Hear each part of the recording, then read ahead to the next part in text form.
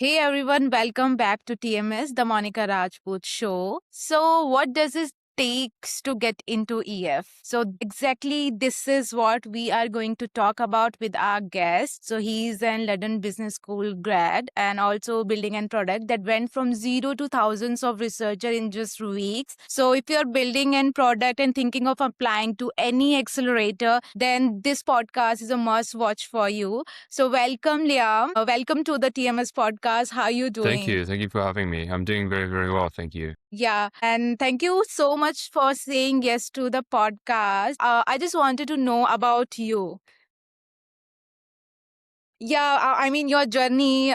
Sure. So I'm originally from South Africa, which I'd Okay. assume a lot of your listeners are very familiar with, the birthland of A.V. de Villiers and other cricket greats. Mhm. But I grew up there until I was 18, and then from there decided to move abroad to go start studying. That led me to Amsterdam, where I completed my undergraduate studies and was essentially living there for like 5 years. After my studies, I also ended up working, and I started a product studio where we're doing a bunch of work for different tech companies globally. And then at the end of last year, or actually a lot earlier than then, I decided I wanted to go to London. And that's predominantly because I believe London is one of the best places for tech within Europe. And it just Yeah. seemed like the next sequential step. So I applied for London Business School, luckily got in. And while I was studying at London Business School, I also built and founded a tool which automates a lot of medical research.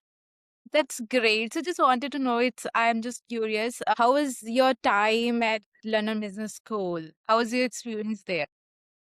Yeah, so I did the one graduate program, Masters in Financial Analysis, and it was great. I think like what was really good about it, obviously having come from South Africa, you don't really meet many international people. In Amsterdam, you are exposed to that to a degree, but it's nothing to the same extent to what you're exposed to at London Business School. So they're incredibly diverse, and you meet people from all over the world. And I'd say that is just a very rich experience, which is great. And then in addition to it being a very prestigious school, you obviously have really amazing electives, really amazing people coming in to speak to you every week. And I think that exposure is just absolutely great, especially when you can approach these people and speak about their worldviews and ideally throughout the entire process, refine your own worldviews and learn.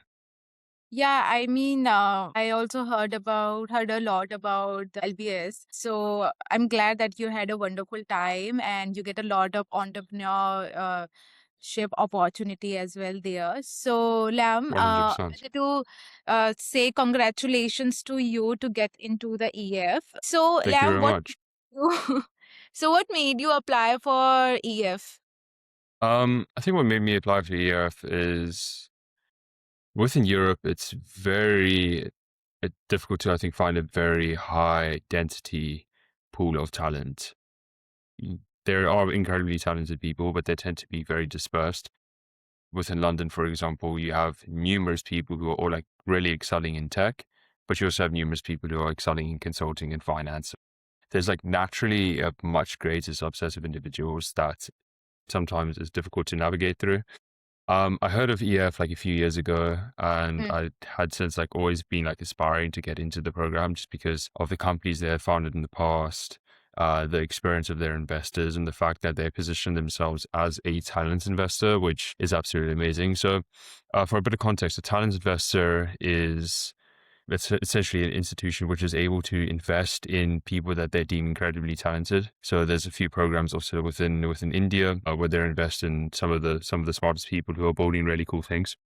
Yeah. Pre-idea, pre-product, pre-team, with the entire thesis of bringing really like very smart minds together and then partnering them so that they can, using the resources that EF provides, build a generational company. And I think to me that was something that was really appealing. That's great. I mean, I also heard a lot of about EF, I think in 2023. So that's the great opportunity to get started as a founder and Yeah, just to experiment with your idea because I think EF provides you that whole environment. You can just totally. experiment.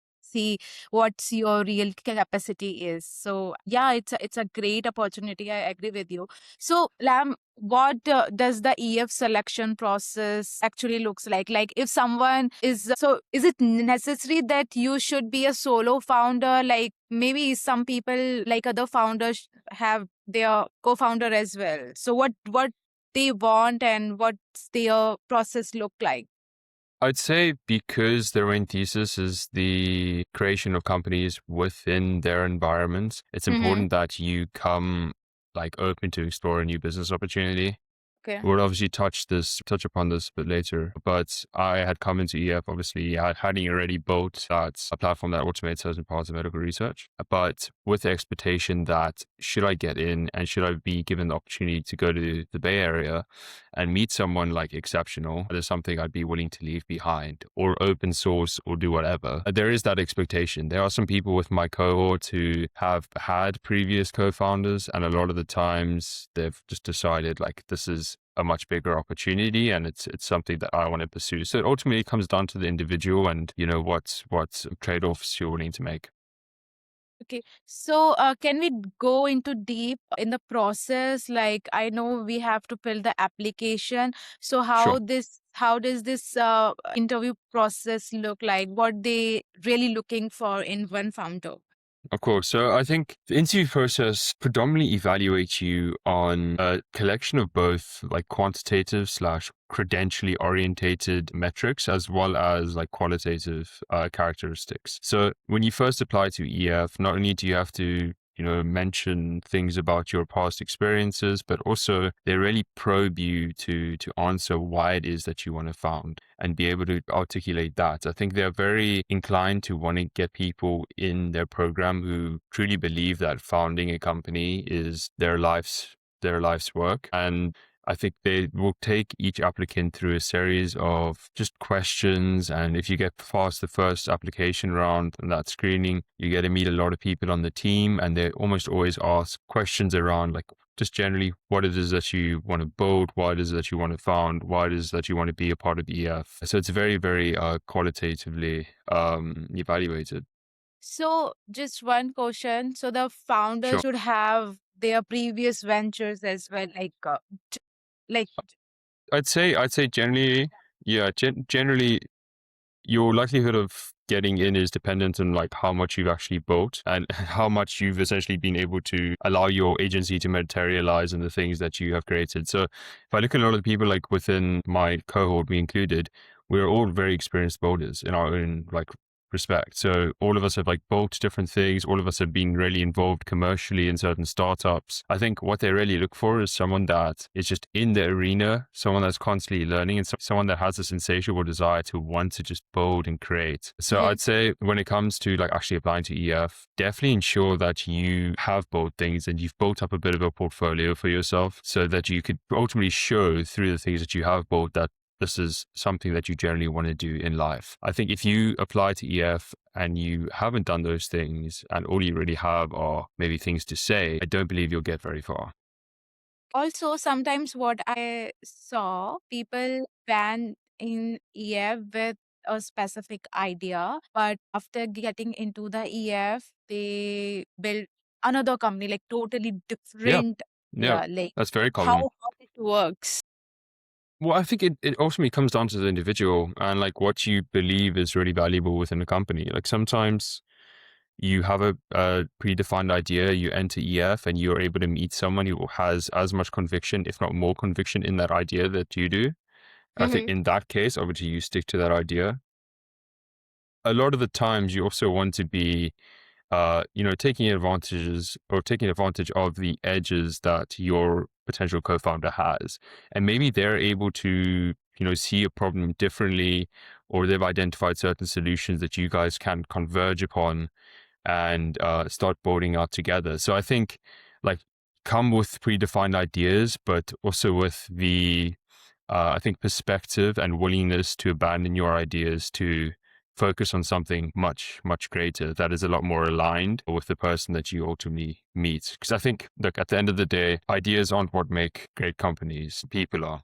Yeah, correct. Also, Lam, most of the people don't know about EF and what kind of opportunity they'll get into, like if they get into EF. So, like from just building a product Hmm. to presenting your idea to the investors. So, these all like from 0 to 1. So, they help you in the whole journey. Like, can you tell us the duration of this cohort? Yeah. So my cohort's actually quite new.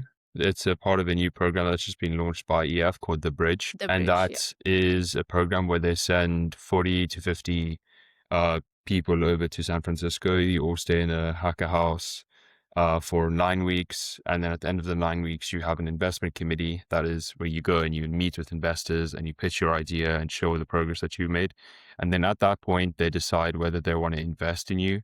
If they do invest in you, they'll invest $125,000 at a 8% safe, with Mhm. an option to extend that investment round by another $125,000. So there's a possibility at the end of the 8 weeks, once you have come to IC, to raise up to $250,000 from entrepreneurs first. It's great. So as you said, like it's a 8 week program, right? So in that eight It's week, 8 to 9 weeks, I'd say. eight And to then nine. that's the first half of the program. And then there's an additional half where you continue to stay in San Francisco. Okay. So in that duration, as a founder of particular company, do we need to the users? Do we need to work on the GTM strategies and all so we can show to the investor, okay, in just 8 weeks, our product, we are able to, show our product to a lot of users. Yeah. So Yeah. something like also they do. Yeah, I would say it's purely dependent on the company that you're building. Obviously, if you're building within consumer, then metrics like, daily active users is incredibly important, and how many Mhm, people you've essentially been able to acquire within 8 weeks is incredibly important. But if you're building, say, for example, technology that sends data centers into space, they're not mhm. gonna expect you to have these incredibly like crazy contracts within the space of 8 weeks. So Yeah, that makes it's sense. very contingent on the company you're building. Yeah, that makes sense. Totally, totally. So, Liam, before getting into the EF, how many times did you apply for the EF before that? I actually applied once last year Really? or the year before. I believe maybe 2024, and I got rejected. Okay. Yeah. So once before I applied for EF. So just wanted to know, like most of the people apply for a lot of these accelerator. So what helped you to get selected this time in 2026? I think, look, it's been a lot of things, like both like professionally and personally. I think when I applied the first time, I felt like I knew what I wanted to build and I felt like I had enough experience, but in reality, I didn't. I was very, very far away from being ready to actually embark on the EF journey. I remember I got through to the first interview and I had this whole thesis around like emotional AI and stuff like this. I look back at it now and I'm like, how did any of that actually make sense? And I think it was kind of a realization of, okay, there's a lot more work that I need to be doing, and I really need to be able to like clearly define how I see the future and like what hunches I have with regards to the direction that it's heading in. Not only that, but also get like hands-on experience in the space. After that, like the whole rejection period, I obviously moved to London. I was able to start like building our products. I was able to start refining a lot of my skills and started seeing a lot of traction.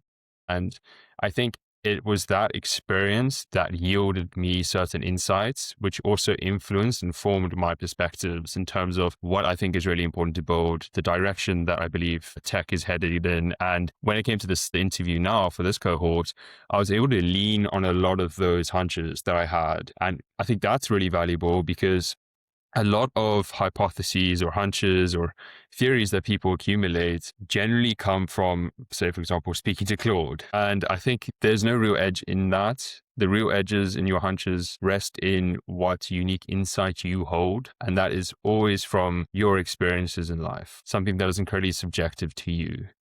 So I'd say really like the one difference was just being able to get into the arena, experience everything, really think hard about what I value and what I want to build and devote my life to. and then come back to EF and be like, this, I have a very clear thesis around X, for example. Yeah, I'm totally agree with you because when we go really deep into something, that things comes very naturally. So it Very, very true. Yeah, like it felt like like it's yours, right? The story is completely, yours. completely. It needs to be intuitive. Like it can't be forced. It's something that arises naturally, right? So you just need to be Yes, in the right environment to allow those thoughts and those ideas to grow. correct. So Liam, what surprised you most, or what you really loved it after getting into EF community? What's the best thing? I'd say it's a combination of two things. Mhm. The first is being around the actual people who are working at EF. Every single person I've met is phenomenal in their own right.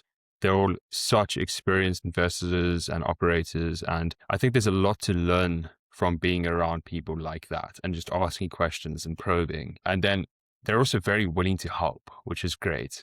Like inevitability when founding a company is that sometimes you're going to reach dead ends and you're going to have a lot of questions and it's going to be difficult to find answers. And I found that during the entire process, even prior to actually building out the company and moving to SF, their investors within EF are as convicted in you as you need them to be, such that they really want to help you with whatever it is that you're going through. They really want to provide their insights and their industry knowledge into the space that you're building in. And I think that's great. So that's one thing. The other Yeah. thing is the density of talent. Like naturally, that's something you expect when applying for a talent investor, is that you're going to be surrounded by exceptional people. And yeah, EF they've kind of checked every box with regards to that. The people that you are around are just absolutely insane. Some of the most talented people I've ever met. And I think what's really great is you will never be in an environment where you feel as home as you do in EF. And that's predominantly because everyone thinks of things the same way you do. Everyone is as contrarian and as like unconventional as you are.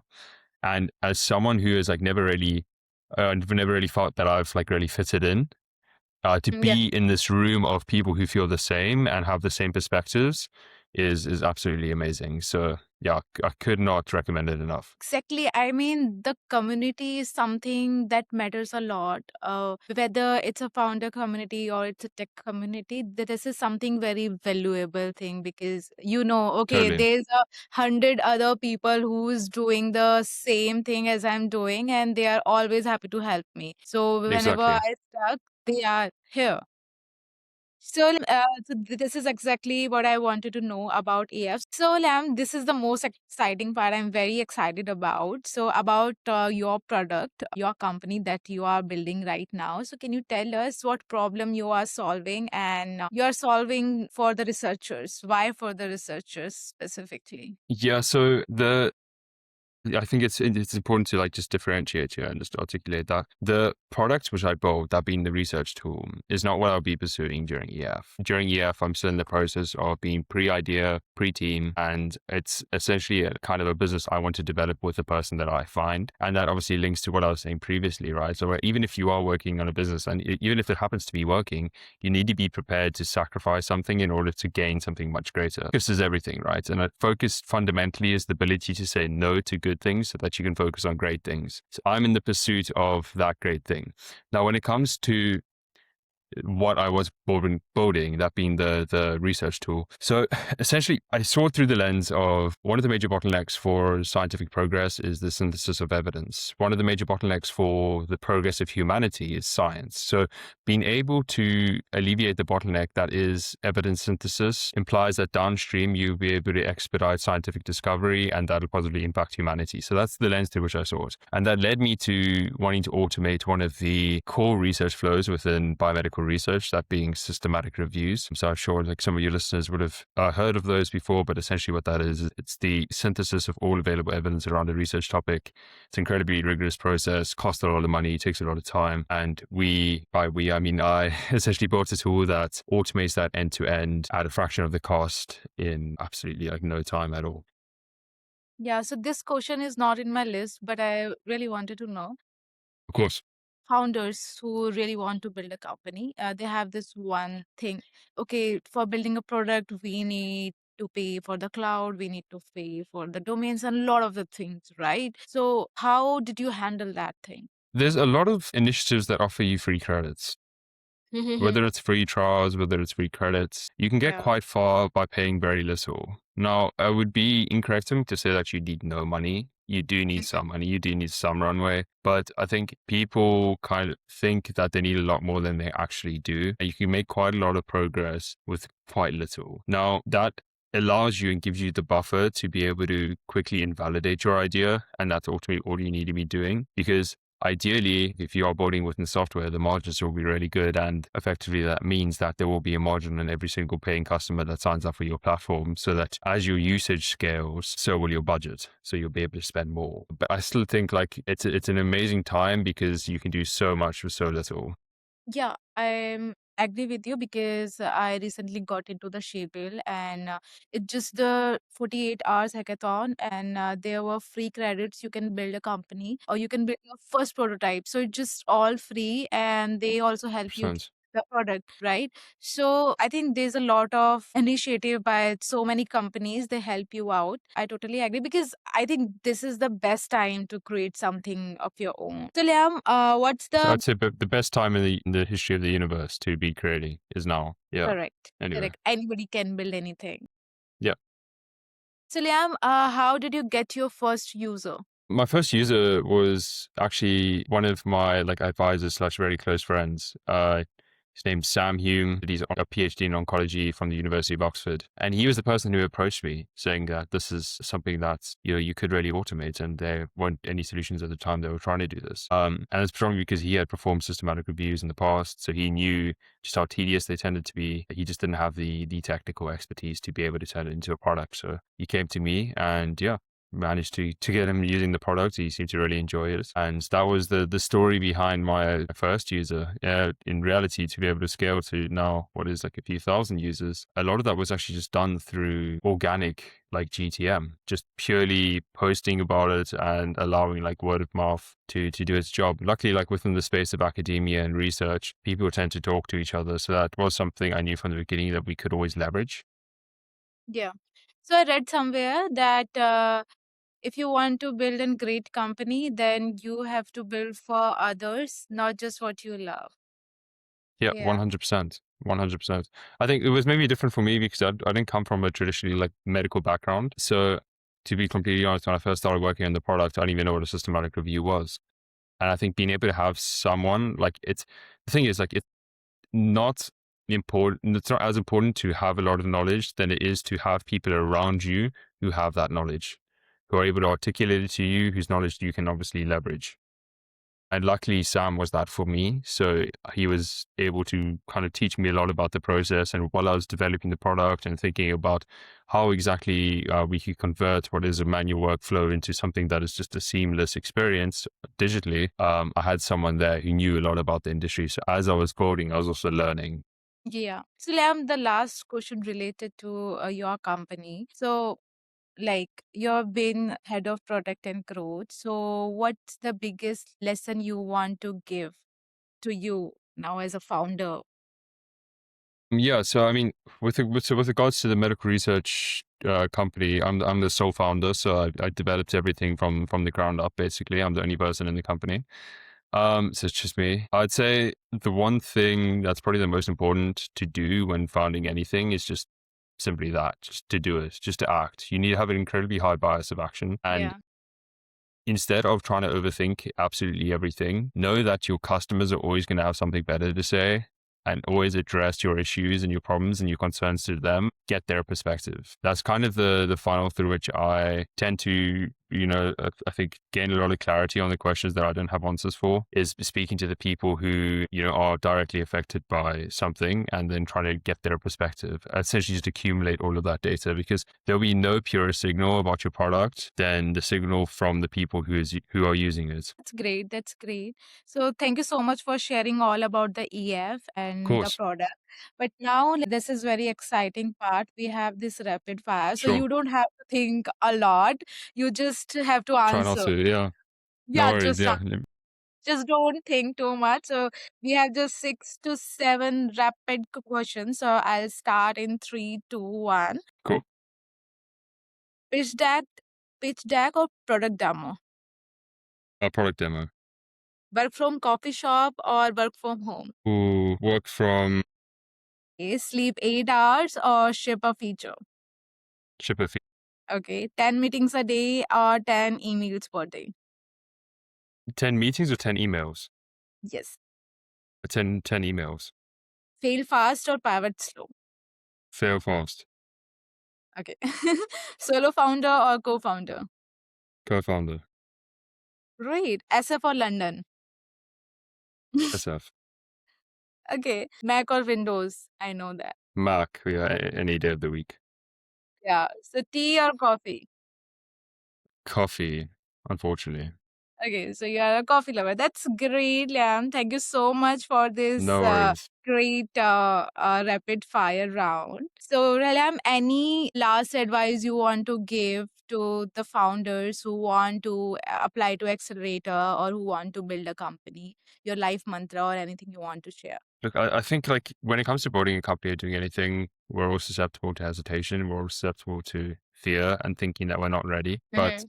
I can tell you now that no one truly knows what they're doing, regardless of what stage you're in, regardless of how much you've succeeded. There are always questions that you don't have answers to. So instead of thinking that you need to be ready, instead of thinking that you need experience, just do it, because the experience that you need to gain will be gained while building the thing. So I'd say to anyone that's like questioning whether they should found or questioning whether it's the right time or whether they have enough experience, stop questioning and just start doing, because you'll find the answers along the way. Yeah, so you are always ready to do Yeah. or build Yeah. the things.